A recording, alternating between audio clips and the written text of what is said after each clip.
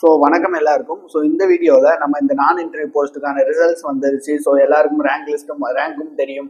So இப்போ வந்து இதோட கட் ஆஃப்ஸ் வந்து எவ்வளோ இருக்க சான்சஸ் இருக்குது, எப்படி போன வட்டம் எப்படி இருந்தது கட் ஆஃப், இந்த வட்டம் எவ்வளோ இருக்க சான்சஸ் இருக்குது அப்படிங்கிறது தான் இந்த வீடியோ பார்க்க போகிறோம். ஸோ வந்து இந்த உங்களோட நான் இன்டர்வியூ போஸ்ட் எழுதுன உங்களோட ஃப்ரெண்ட்ஸ் அண்ட் ஆஸ்பிரன்ஸ்க்கு இந்த வீடியோ ஷேர் பண்ணிவிட்டு நம்மளோட சேனலை வந்து மறக்காமல் சப்ஸ்கிரைப் பண்ணி வச்சுக்கோங்க. ஸோ ஃபர்ஸ்ட் கட் ஆஃப் வந்து எப்படி டிட்டர்மைன் பண்றாங்க, ஒரு கட் ஆஃப் மார்க்ஸ் வந்து ஒரு எக்ஸாம்ஸ்க்கு வந்து எப்படி டிட்டர்மைன் பண்றாங்க அப்படின்னு பாத்தீங்கன்னா, ஃபர்ஸ்ட் நம்பர் ஆஃப் அப்ளிகன்ஸ் நமக்கு தெரியும்ல. ஸோ அப்ளிகன்ஸ் வந்து அதிகமா இருக்காங்க அப்படின்னா, ஸோ அப்ளிகன்ஸ் அதிகமா இருக்காங்கன்னா கட் ஆஃப் ஆட்டோமேட்டிக்கா வந்து நமக்கு வந்து அதிகமாக தான் இருக்கும்.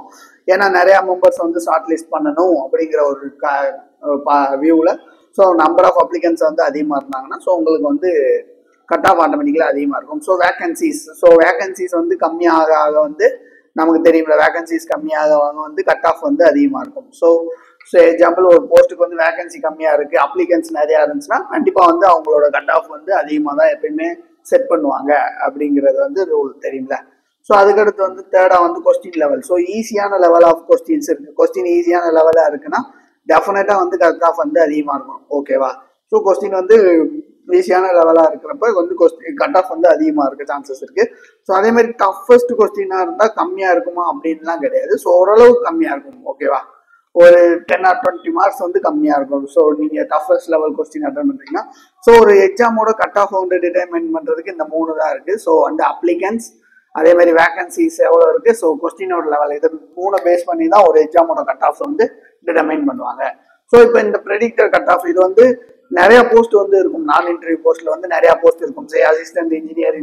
அசிஸ்டன்ட் இன்ஜினியர், அதே மாதிரி வந்து அசிஸ்டன்ட் இன்ஜினியர் மெக்கானிக்கல், ஸோ இந்த மாதிரி போஸ்டர், டிரான்ஸ்லேட்டர், ஸோ இந்த மாதிரி நிறைய ஜாப்ஸ் இருக்கும். ஸோ எல்லாருக்கும் வந்து ஜென்ரலான ஒரு கட் ஆஃப்ஸ் தான் வந்து நான் போட்டிருக்கேன். ஸோ இது வந்து ப்ரீவியஸ் இயர்ல வந்து எடுத்த கட் ஆஃப். ஸோ இதில் வந்து பிசி கேட்டகரியா இருக்காங்க அப்படின்னா ஸோ 310 மார்க்ஸ். அதாவது வந்து நான் இதை எப்படி சொல்றேன் அப்படின்னா, ஜென்ரல் ஸ்டடீஸ். ஓகேவா? ஜென்ரல் ஸ்டடீஸ் வந்து 100 கொஸ்டின்ஸ் வந்திருக்கும்.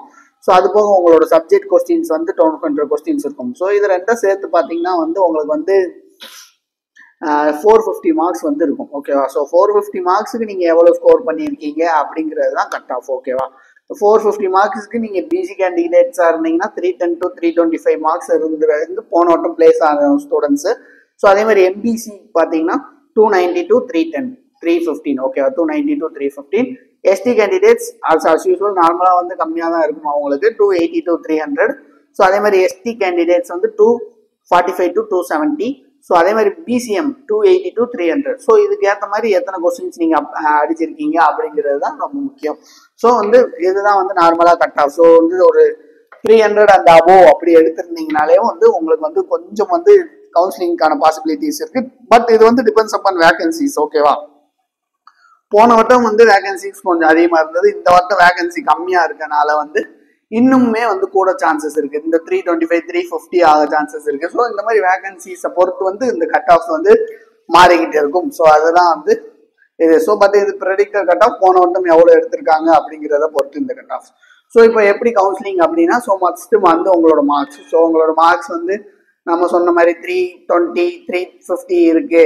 ஸோ உங்களுக்கு வேகன்சிக்கு ரிலேட்டடாக வந்து உங்களுக்கான அந்த ரேங்க் லிஸ்ட் இருக்கு, உங்களோட rank, overall rank, communal rank இருக்கு அப்படின்னா ஸோ கவுன்சிலிங்ல வந்து இது பண்ணிடுவாங்க. ஸோ வந்து நான் சொன்ன மாதிரி தான் கவுன்சிலிங் போனீங்க அப்படின்னா ஸோ கன்ஃபார்ம் கவுன்சிலிங்னா கன்ஃபார்ம் சீட் அலாட்மெண்ட் அப்படின்லாம் கிடையாது. ஸோ உங்களோட கம்யூனிட்டிக்கு வந்து சீட் அலாட் பண்ணிட்டே வருவாங்க. ஸோ இன்கேஸ் சீட்டு தீர்ந்துருச்சுன்னா ஸோ உங்களுக்கு கவுன்சிலிங் போயும் நிறைய பேருக்கு வந்து சீட்டு கிடைக்காம இருக்கு அப்படிங்கிறது வந்து நம்ம முதலே சொன்ன மாதிரி தான். ஸோ கவுன்சிலிங் போயும் நிறைய பேருக்கு சீட் கிடைக்காம இருந்திருக்கு. ஸோ மினிமம் வந்து கட் ஆஃப் வந்து இதுதான். ஸோ கட் ஆஃப் இவ்வளோதான் இருக்கும் அப்படிங்கிறதெல்லாம் ப்ரெடிக்ட் பண்ண முடியாது. இது depends on vacancies and number of applicants. ஓகேவா?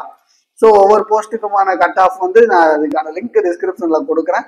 அதையும் பார்த்துக்கோங்க. ஸோ வேற எதுவும் டவுட்ஸ் இருந்தால் கமெண்ட் செக்ஷனில் மென்ஷன் பண்ணுங்க. So until then, bye.